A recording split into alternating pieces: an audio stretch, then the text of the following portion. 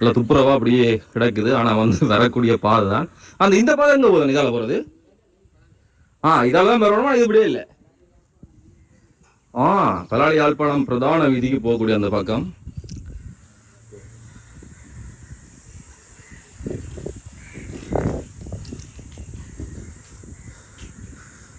தோரணம் எல்லாம் கட்டிபடிய பொங்கல் எல்லாம் நடந்தது. எல்லாம் உப்பு எழுதி நான் ஒப்ப எழுதுன முற்கால பகுதியில இது இப்ப 90ஆம் ஆண்டு முற்பகுதி இது போட்டுனாங்க. ஆண்கள் மேலங்கியுடன் உள்ளே செல்ல வேண்டாம். 87ஆம் ஆண்டு கோவிலுடைய உட்பிரகாரம்.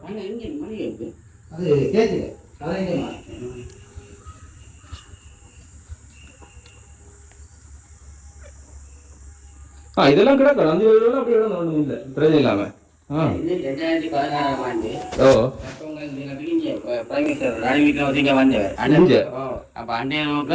இந்த காணியை இந்த கோயிலை விட சொல்லி இந்த மக்கள் கேட்டுக்கொண்டிருந்தேன்.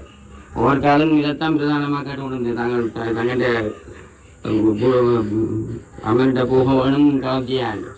அந்த அடிப்படையில் கலந்த மார்ச் 22ஆம் தேதி 225 விட்டாலும் இந்த கோயிலை சேர்த்து விடுவிக்கணும் எதிர்பார்த்தோம் விடுபடையில. இப்போவும் அந்த இடங்கள் விடுவிக்கப்பட்டாலும் வேலி விடுங்கல.